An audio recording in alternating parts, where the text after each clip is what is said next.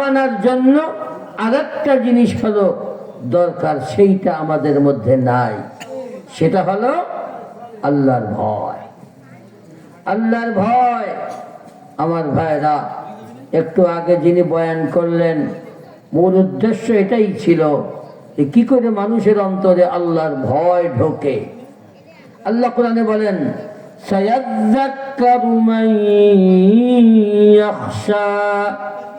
হে নবী, আপনার কোরআনের উপদেশ, আপনার ওয়াজ তারাই গ্রহণ করে যারা আপনাকে ভয় করে, আল্লাহকে ভয় করে। কারা কথা বলে? ওনাদের কথা এত জোর হইলে আমি কথা বলবো কি?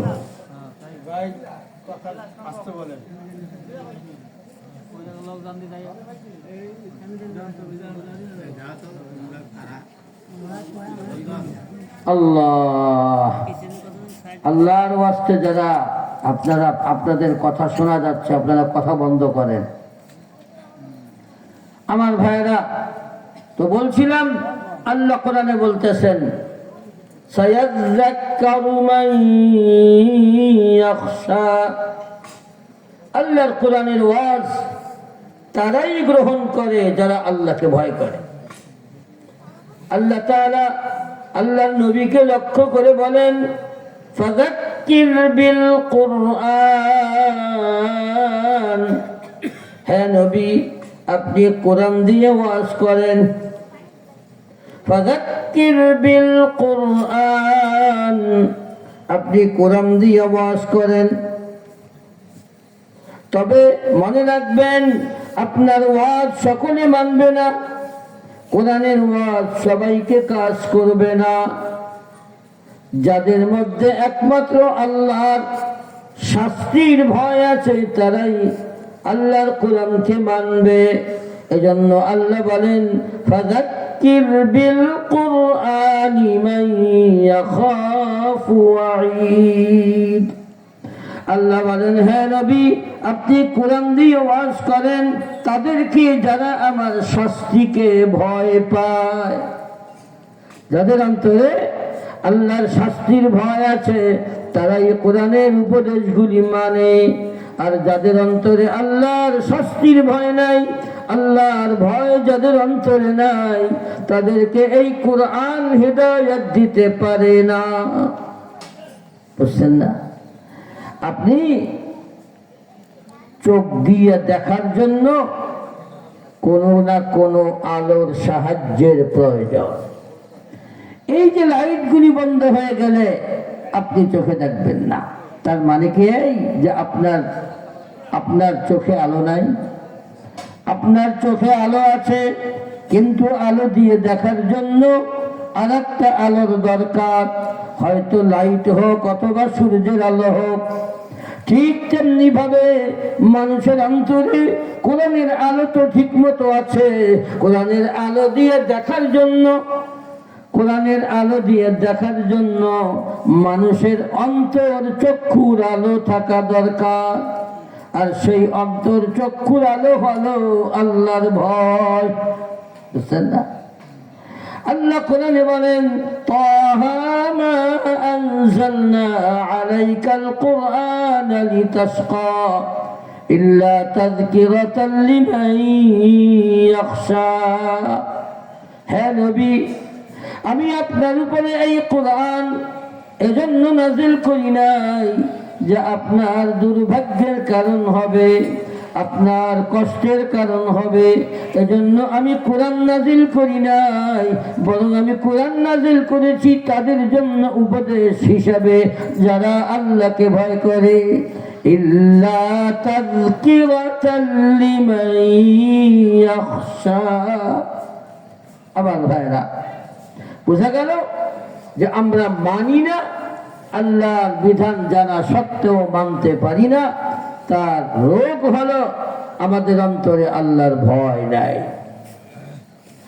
আমার ভাইরা, আল্লাহ কোরআনে বলেন, ইউদিল্লু বিহি কাসীরা ওয়া ইয়াহদি বিহি কাসীরা। আল্লাহ এই কোরআনের দ্বারা বহু মানুষকে গুমরা করে দেন, আবার এই কোরআনের দ্বারা আল্লাহ বহু মানুষকে হেদায়েত দিয়ে দেন। কোরআন যেমন হেদায়েতের কারণ হয়, ঠিক তেমনি ভাবে কোরআন গুমরাহিরও কারণ হয়। কারণটা কি? আল্লাহ তাআলা বুঝাতে চান, যাদের অন্তরে আল্লাহর ভয় আছে তারা আল্লাহর কোরআনের বিধানগুলি মানে, এবং তাদের এই মানার কারণে তাদের জন্য কোরআন হিদায়াতের কারণ হয়। আর যাদের অন্তরে আল্লাহর ভয় নাই, তারা আল্লাহর কোরআনের বিধানগুলা, আল্লাহর কোরআনের উপদেশগুলা মানে না, ফলে তাদের জন্য কোরআন গুমরাহির কারণ হয়। হাদিসের মধ্যে এসেছে, ইন্নাল্লাহ তাবারাকা ওয়া তাআলা ইয়ারফাউ বিহাযাল কিতাবি আকওয়ামা ওয়া ইয়াদউ বিহি আখারিন। আল্লাহর নবী সাল্লাল্লাহু আলাইহি ওয়াসাল্লাম বলেন, এই কোরআন আল্লাহ তাআলা এই কোরআনের দ্বারা বহু জাতিকে অনেক সম্মানিত করেন, অনেক উপরে উঠান। আবার এই কোরআনের দ্বারা আল্লাহ বহু জাতিকে অনেক নিচে নামিয়ে দেন, অপমানিত করে। তার কারণটা কি?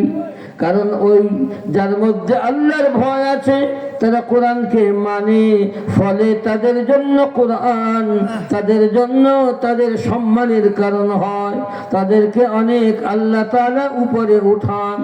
আবার যাদের মধ্যে আল্লাহর ভয় নাই তারা আল্লাহর কোরআনকে মানে না, আল্লাহর কোরআনকে না মানার কারণে কোরআন তাদেরকে অপমানিত করে, অনেক নিচে কোরআন নামিয়ে দেয়।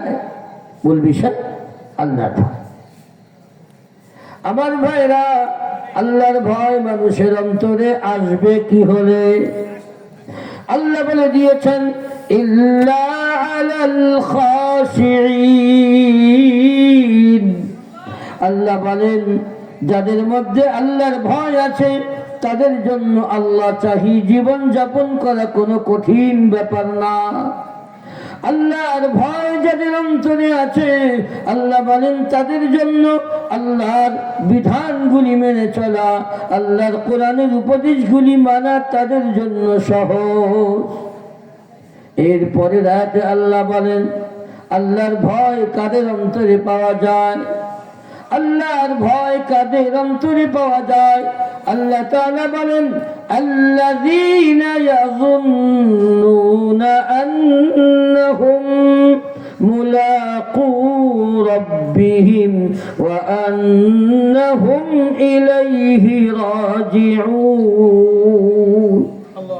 আল্লাহ তাআলা বলেন, তাদের মধ্যে আল্লাহর ভয় পাওয়া যায় যারা ইয়াযুন্নুনা মানে হলো ইয়াস্তাইকিনুনা, যাদের অন্তরে বিশ্বাস আছে, ইয়াযুন্নুনা যারা বিশ্বাস করে, আন্নাহুম মুলাকু রাব্বিহিম, যাদের অন্তরে বিশ্বাস আছে যে আমাদেরকে একমাত্র আল্লাহর কাছেই ফিরে যাওয়া লাগবে, ওয়া আন্নাহুম ইলাইহি রাজিউন, একমাত্র আল্লাহর কাছেই ফিরে যাওয়া লাগবে এবং আল্লাহর সঙ্গে মুলাকাত করা লাগবে। এই বিশ্বাস যার অন্তরে যত বেশি, তার অন্তরে আল্লাহর ভয় তত বেশি। আল্লাহর সঙ্গে মোলাকাত করার জন্য আখিরাতে যাওয়া লাগবে না? যাওয়া লাগবে। আমার ভাইরা, মনে রাখবেন, আখিরাতের বিশ্বাস মানুষের অন্তরে ভয় আনে। আর আখিরাতের দুনিয়া আর আখিরাতের মাঝখানের গেট হলো মৌত। মৌত হলো বান্দার ইহকাল আর পরকালের মাঝখানের গেট।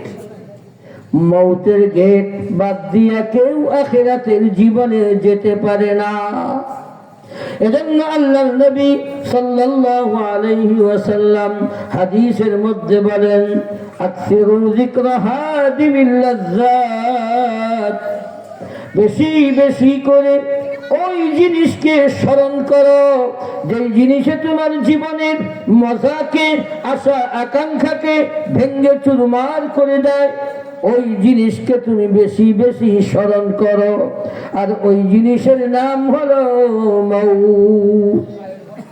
আল্লাহর নবী বলেন, আকসিরু যিকরা হাদিমিল লাজ্জাতিল মাউত।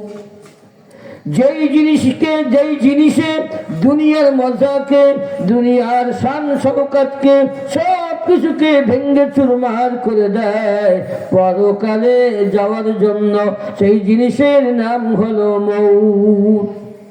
যত বেশি বান্দা মউতকে স্মরণ করবে, যত বেশি বান্দা মউতকে স্মরণ করবে, তত বেশি বান্দার অন্তর থেকে দুনিয়ার মোহাব্বত কমবে, দুনিয়ার মোহাব্বত।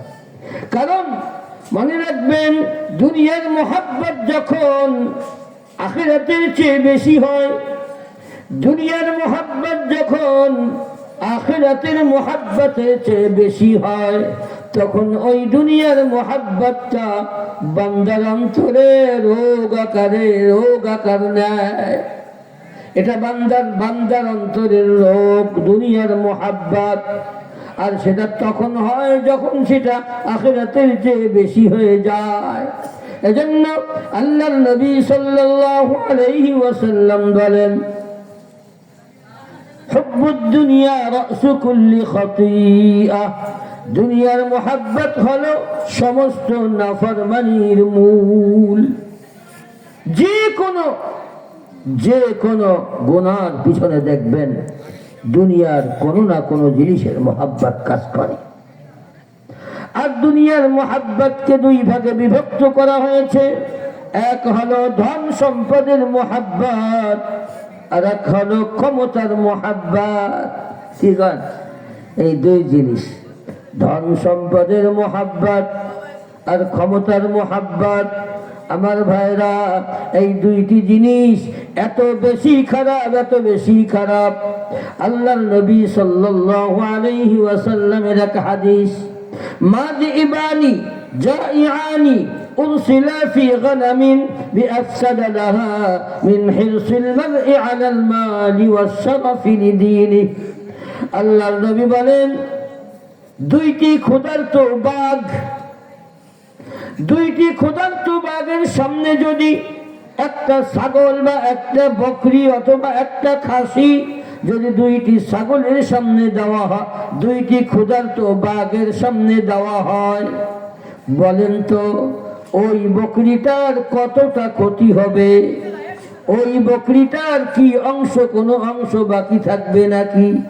বাকি থাকবে না।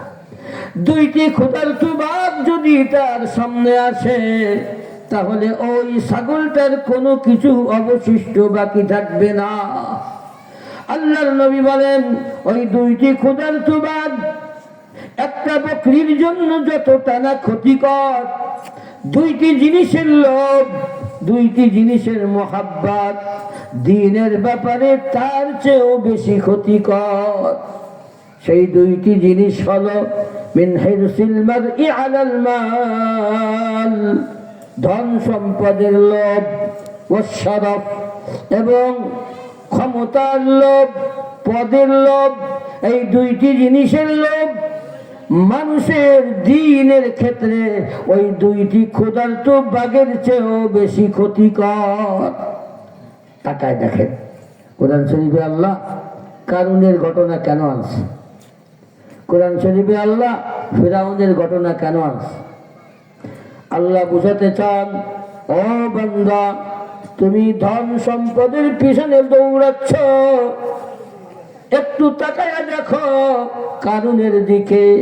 কারুনকে আমি বহু ধন সম্পদ দিয়েছিলাম, কিন্তু ওই ধন সম্পদের কারণে তার সামান্যতম দামও বাড়ে নাই, বরং ধন সম্পদ তাকে দুনিয়াতেও তাকে কোনো সফলতা দিতে পারে নাই, আর পরকালে তো থাকলোই। আমার ভাইয়েরা, আল্লাহ বলেন, ফাখাসাফনা বিহি ওয়া বিদারিহিল আরদ। আল্লাহ বলেন, আমি ওই কারুনকে মাটির ভিতরে গ্রাস করে নিলাম। فما كان له من فئة ينصرونه من دون الله। আল্লাহ বলেন, এমনি তো ধন সম্পদের ওলা মানুষের অনেক মহব্বতের মানুষ থাকে, অনেক ভক্ত থাকে, অনেক গোলাম আমাদের দাস থাকে, তাই না? আল্লাহ বলেন, যখন আমি তাকে মাটির ভিতরে গ্রাস করে নিচ্ছিলাম তখন তার কোনো খাদেম, কোনো উপকারী কেউ তার সাহায্য করার মতো ছিল না আল্লাহ ছাড়া। মিন দুনিল্লাহ, আল্লাহ বলেন আল্লাহ ছাড়া তার উপকার করার সাহায্য করার মতো কেউ তার ছিল না। এরপরে আল্লাহ বলেন ওয়ামা কানা মিনাল মুনতাসিরিন, ও দুনিয়ার মানুষ, ধন সম্পদের পিছনে দৌড়ানো মানুষ, একটু তাকায়া দেখো, ওয়ামা কানা মিনাল মুনতাসিরিন, সে কিন্তু শেষমেশ সফল কাম হতে পারে না। কে কে রাজি আছেন তার ছেলের নাম